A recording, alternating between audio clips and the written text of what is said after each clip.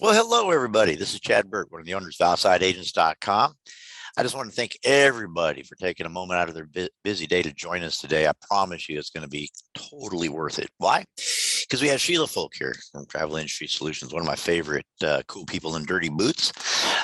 She's here to talk to us a little bit about maturing and maximizing relationships with vendor partners. So look, we all have these BDMs, right? We got the name, the email address on the supplier list and all that. Great. Now, what do you do with it? How do you leverage that? How do you leverage those relationships to further build out your business? Sheila, I think you have an approach that's pretty unique. And I'm going to stop talking sooner than I normally do because I think it's that important we get to what you're talking about. Folks, it's going to be quick today, so pay attention, take notes. But this is some really important stuff. Sheila?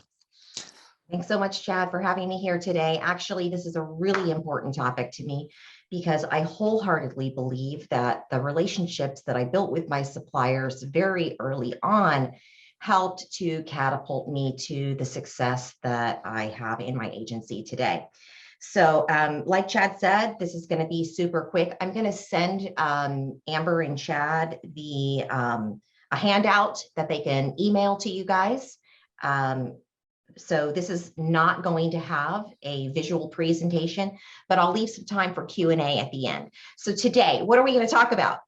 How can you get the most from your suppliers? What you should be asking of from your suppliers? How can you turn your suppliers into a profit center for your agency? And also why you should be providing your customers, particularly today, with both your terms and conditions and your suppliers' terms and conditions. So before we dive a little bit deeper, I want to talk about the inner workings of our supplier partners. For some of you, you may not realize this, at least I didn't when I was new to the industry. Inbound reservation agents are often incentivized by their sales. So the more you book, the more money they make. They often make quite a bit of commission, these inbound reservation agents, so much so that they don't want to go into management because they're doing so well on the reservation side. And so the more money that they make off of you, the more money they're going to do for you. The second thing is BDMs and account managers must have goals that they have to meet. They want you to do well and sell their product. Again, the more that you book, the better they look and the more secure their job is. So let's talk a little bit about how you can best use your supplier partners. Obviously, we don't know what we don't know. We have not traveled everywhere in the world. So early on, what I did was develop relationships with land suppliers who could spend some time and give me that quick destination training so that I could look really smart to my customers. And what do I mean by that? I have a customer who wants to go to Spain, let's say. Well, I've never been to Spain. So I know they want to go to Spain. I have a little bit of information about who that customer is. So I quickly get on the phone with the supplier that I've aligned myself with that is also right for this particular client. And they school me a little bit. So don't be afraid to ask those supplier partners to give you a little bit of information about the destination and what's unique and why it would work for this client and what you should be considering and what are the little nuances that you should be aware of. Take diligent notes, and that way when you have your full discovery call with your client, you sound brilliant. The next thing is marketing dollars. Tap into those marketing dollars to promote your agency. There are so many marketing dollars out there through our cruise and our land suppliers. Maybe if you've been on a call with me before and you've heard me talk about how one cruise supplier that I work with aligns with city and country clubs. And instead of sending their own folks to man their tables at the city and country club events, they tap into travel advisors in that area. So it allows you to keep those leads, interact with those guests that are right for your agency and are right for their product. In addition, they will reach out to you and offer you marketing dollars to host an event. Early on in my career, I had a friend who had a beautiful home and she liked to host cocktail parties. So I would bring in one or two suppliers and they would fund the booze, the food, etc., so that I would showcase them. They'll give you non-traditional type of marketing dollars. And what do I mean by that? They take money out of their pocket so that you can provide additional incentives or promotions or offers for your customers. So that's another way to tap into marketing dollars. They are available, but you need to ask. You've got to develop the relationship with those suppliers. And I'll tell you, the deeper that relationship is with your suppliers, you'll find that they start referring business to you. Our BDMs, our account managers, they're traveling all over the place. They meet people in airports, in hotel lobbies. And I've had countless referrals come from my trusted supplier network. Don't be shy to reach out, to develop those relationships. I promise you, you will start to see it pay off over time. So take advantage of it. All right, so let's talk about what you should be asking for or looking for from your suppliers. And I'm touching on this because this is what's going to make you a little more profitable. It's going to build your authority. It's going to position you as a trusted expert on that particular line or product. So let's talk about cruise. What are the things you should be asking for? And this particularly pertains to the premium and the luxury space, because in the contemporary space, we don't have the ability to work with the same reservation agent over and over. But it doesn't mean you can't ask for these things. No, So what should we be looking for and asking for? They should be adding all of the pre-sale promotions. Oh, I'm sorry. I lost my train of thought. So what should we be asking for from our BDMs? We should be asking for pre-sale promotions. I want to have a show of hands from the audience. How many of you are aware that there are pre-sales before things go on sale to the public? I'd love to just have a show of hands here. Okay, so there's not that many. I'm going to tell you, when the Oceana Vista launched for bookings, we knew about that 2 weeks prior. We were able to submit our list of customers for specific sailings or cabins. So you should be asking for those pre-sale promos. How many of you know that in the premium and luxury space, there are single supplement sailings? I'm seeing a lot of head shaking. There are. And if you're like me, I do have a lot of solo travelers. So you should be reaching out to your BDM or your account manager and asking if they have those single supplement sailing lists.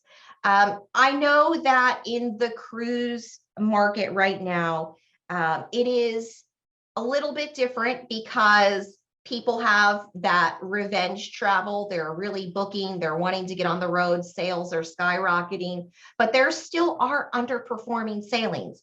So, and a lot of times those underperforming sailings have that low single supplement list. So ask for the pre-sale promotions, single supplement sailing list, low performing sailing list.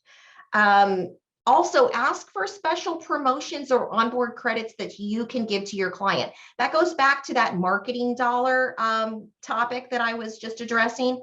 Some of those will come out of their marketing dollars. When you work with inbound reservation agents, you should be expecting them to add all the consortia or host amenities automatically. They should be looking for the best offers for you. They should be providing assistance on booking excursions and dining. This is where you get bandwidth, and this is where you have the opportunity to move on to another customer because you have a trusted inbound person that you're working with who is handling all of this. There's not a lot of back and forth. You're not having to review everything. Did they add this? Was there an amenity on that? Should I be doing this? You'll find that you save so much time when you start to work with dedicated inbound res agents in the premium and the luxury space on the cruise side. And for those of you who know me, I book a lot of Regent 7 Seas, and their website is slower than molasses. So what I typically do is I receive the shore excursion list ahead of time prior to the booking date for my client. I send the PDF to my client and I ask them to email me with a list of all of the shore excursions that they want for their reservation. So then I email it to my inbound guy. I'm not spending an hour or 2 hours trying to input all of the shore excursions for my customers, but I'm giving them a value add. And this creates reliance on me as their trusted travel partner. In some cases, on longer voyages, I'm able to charge a concierge fee. Little do they know that my inbound res guy is doing all the work for me. So let's talk a little bit about land. What are some of the things that you should be looking for on the land side? In a previous workshop that I did for outside agents, we talked about curation. Curation is for everybody. So when you are working with your land suppliers, start asking questions like, what are the unique experiences that my customers should be considering? What are some of the more exclusive touring opportunities that are available? For me, there is nothing worse than me going to a new tour operator or a new DMC. And for those of you who don't know what DMC is, that's a destination management company. There is nothing worse than me going and expecting something great.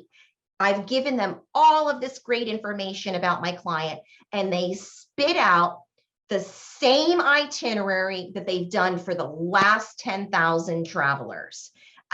For me, that doesn't feel that I'm offering anything unique or different of value. So start talking to your land suppliers about those curated experiences and exclusive tours that maybe are a little bit off the beaten path.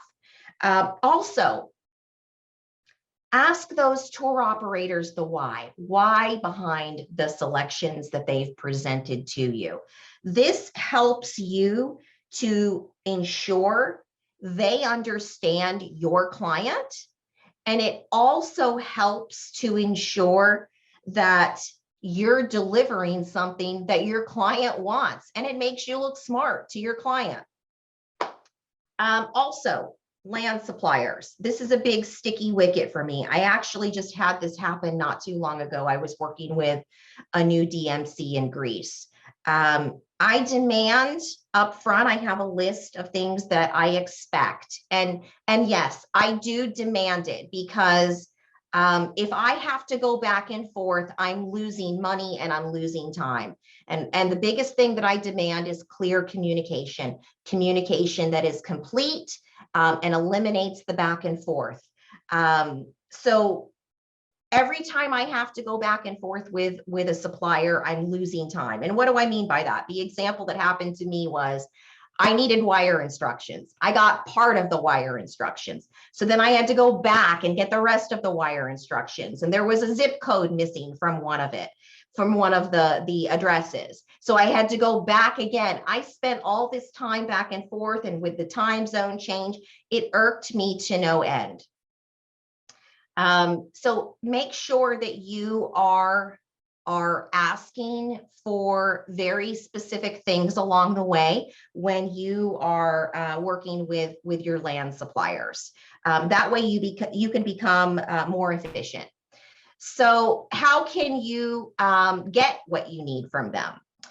In addition to the checklist that I send, I want this type of communication up front. I'm looking for curated tours. I'm looking for unique experiences off the beaten path. I also supply them with a complete client overview to help them along.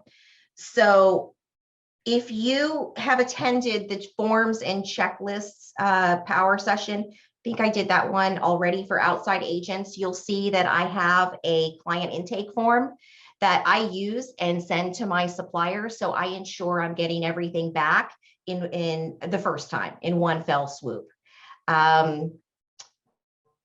Develop a relationship also with one or two key folks within each company.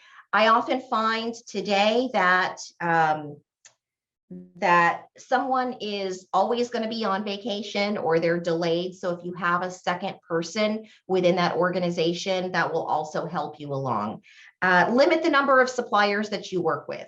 That's another key thing. It's important for you to limit them because we only have so much time in the day to develop relationships. So if you spend all of your time talking to 100 different suppliers who don't know you, who don't understand your client, you are not allowing enough time to spend time building relationships with your own customers. So when we turn suppliers into profit centers, that happens when they get to know our expectations, okay? When we build that relationship, they know our expectations, they know our ideal client profile. They can serve you better. They can anticipate your needs and your customers' needs.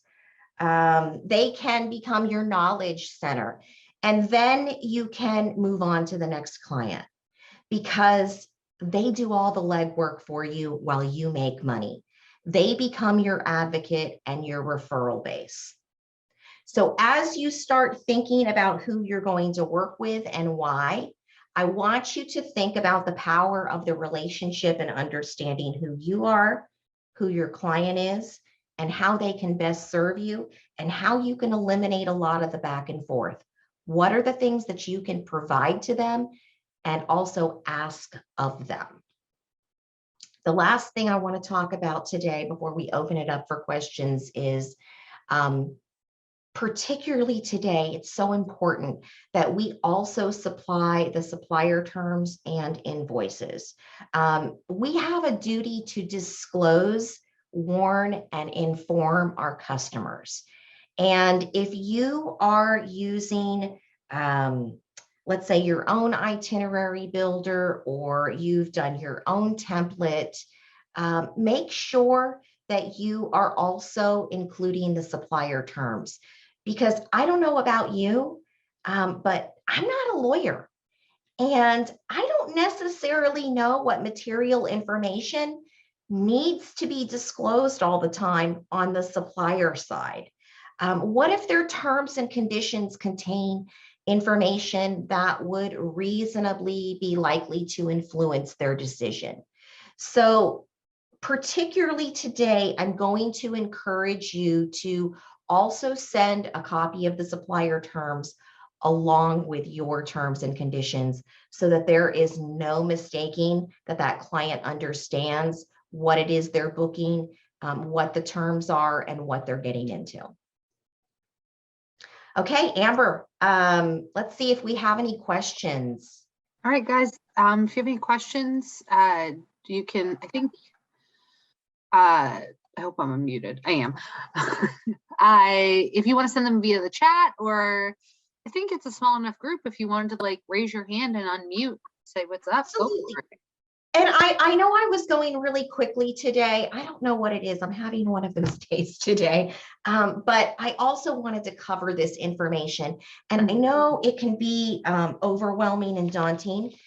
So feel free. Let's open Michael Copper rose his feet. Put his hand up. So if you want to unmute Michael and ask your question, go for it. Okay, can you hear me? Yeah, I can. Hello? We can hear you. Can you hear us? Okay. All right. I was just making sure I'm projecting it to my TV, so I want to make sure you can hear me. No worries. Okay. So I had a quick question. So I just had a couple sent them to Fort Myers to just like a hotel. I'm new, so I just starting off with land because that's what I used to travel. And I got a hold of a tourism sales coordinator, and she provided a welcome bag at the hotel for them. I told her that they were vegetarians. She provided a list of restaurants, different things they could do. Is that what you're talking about when you say a DMC? Would that be considered something like that? Yeah, somebody who is focused on a specific destination. So they are usually a tour operator that would coordinate all of the components of the trip with it in destination, in country. But that's great of her to add those to the room. Those are little touches that you can ask for that make you look good. And a good partner is actually going to write the note as though it is coming from you and not from them. Yeah, that's what she did. She said she sent it to the hotel. So once they got there, they just saw it. They actually thought it was from the hotel, but it was my brother-in-law, and I told him, and he was like, "Oh, you knew about that?" I was like, "Oh yeah, So it worked out kind of good. So the other thing is, I don't want to take up everybody's time. How do I go about finding the DMCs? Because like I said, I'm new, so I'm learning about suppliers and all that. So fortunately with travel leaders, because Outside Agents is part of TLN, if you go into, is it the agent universe, you will find the Select website. So if you go to Select has all of the in-country partners that are preferred with TLN.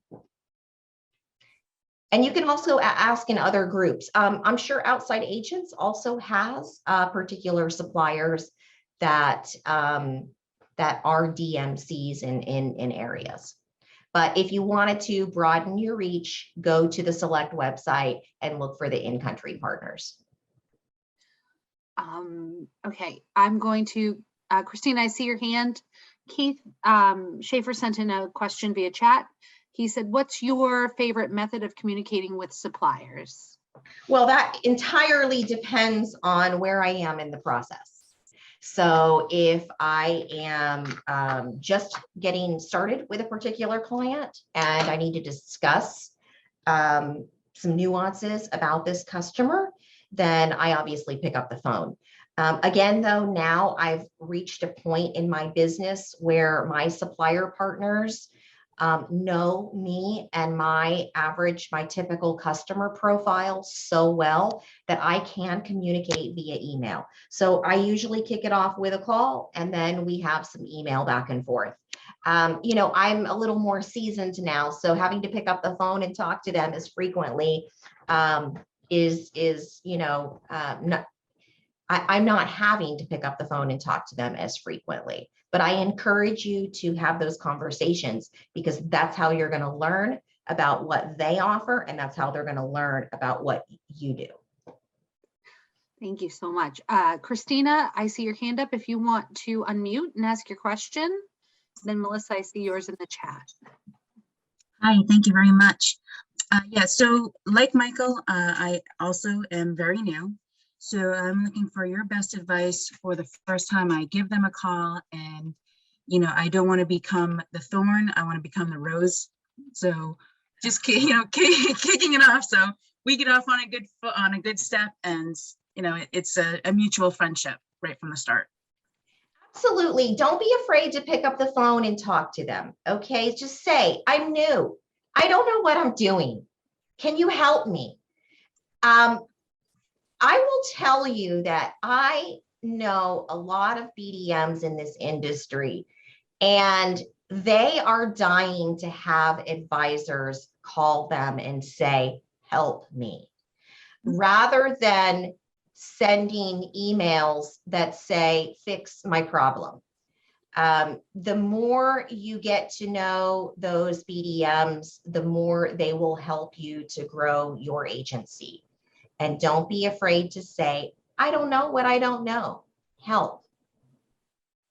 Excellent. Okay. Thank you. And Melissa says, this is all great information. Thank you. Can we get an email or a link to your client intake form that you send to suppliers? It may be on the OA website, but there's so much out there, it can be tricky to find specific things. Is that I think that's the form you talked about earlier, right? Yeah, so the client intake form is part of the bundle pack. It's part of our tools. So for those of you who are subscribers to Travel Industry Solutions, and Outside Agents has a one-time purchase rate of all of the 50 plus scripts, the tools, the checklists, the forms, the customer touch points. You can find us in the supplier portal, and it's available for purchase. There you go. Any other questions? No. I want to encourage everybody, if there are no other questions, I just want to encourage you to think about all of the ways that you can leverage those relationships. And I will say, just to summarize, what I talked about is pay attention to the inbound reservation agents when you are working on the land side, when you're working in the premium cruise space and the luxury cruise space. Try to develop a relationship with one or two individuals. It will pay in dividends, in time, in favors that you can get for your clients, and in your authority or appearance to your customers. Reach out to your BDMs. Talk to them about the programs that they have available to help you. Have those candid conversations with them. Know that there are marketing dollars available that are often going to waste. Make sure you're very clear in communicating who you are as an agency and who your client is. And the more succinct you can be, the more back and forth the less back and forth you have, and the more time you have to spend on other areas of your business, and you'll also deliver better products and services for your clients. But don't think of our industry suppliers as somebody to put out fires. Yes, they do that, but they are actual partners. I mean, I had one just email me last week and say, I want to give you $5,000. Can you do something with that between now and the end of January? Sure. And those relationships are developed over time. It's a really important advice. And I think, Michael, you had one more question. Go ahead and unmute. Okay, yeah, I'll be real quick. As far as booking excursions go, I'm learning too about the cruises and things like that. I had a couple that they already booked their cruise. So he was like, yeah, I know you're going to kill me. I already booked it. Sorry. But then another friend was telling me that I could still book their excursions. So is that something where you would contact the supplier? I think they were going with Carnival. So would I contact them and then be able to book the excursions? Okay, so list? In the contemporary space, Michael, what you want to do is probably look at an outside shore excursion provider like Project Expedition. They are preferred with outside agents, and the owner is phenomenal. It'll allow you to make commission. You can actually go in and create a favorites page on their site. It's branded with your logo and a favorites page for your customer based on their cruise itinerary, and send them the link, and then they'll book online, and that's how you can make money on the contemporary cruise side. Okay, that's great. Thank you. Mhm. All right. Any more questions? I think we've finished right on time. We Good. did it. Yay. We've never done it before, but we did it. I want to thank everyone so much for coming. Thank you so much, Sheila. It's always, I love these presentations. A lot of great actionable things we can do. As Sheila said in the beginning, she's going to send over a form to us. We will post it on the Pro Series page, and then we'll see how else we can get it to you. And don't forget to take a look at TIS's supplier page and check out their forms. They have a lot in there that will really help making your business work for you instead of against you easier. Right. So you wanna, I am, as it gets busier, you've got to find those shortcuts that are quality. So, and the TIS forms are quality. I use them for my agency. So. Oh, good. Good. I'm so happy to hear that. Yeah. I mean, they're a time saver for me, especially moving into wave season. You guys take advantage of this opportunity to get all of your forms, your scripts, your checklists, your everything set up, because I started my agency right before wave season and I had no idea what I was in for. And these will be a lifesaver. Also, they'll make you look exceptional to your customer. Absolutely. So thank you so much. Yes, we'll see you on the next one in a few weeks. Okay, Bye-bye. take care.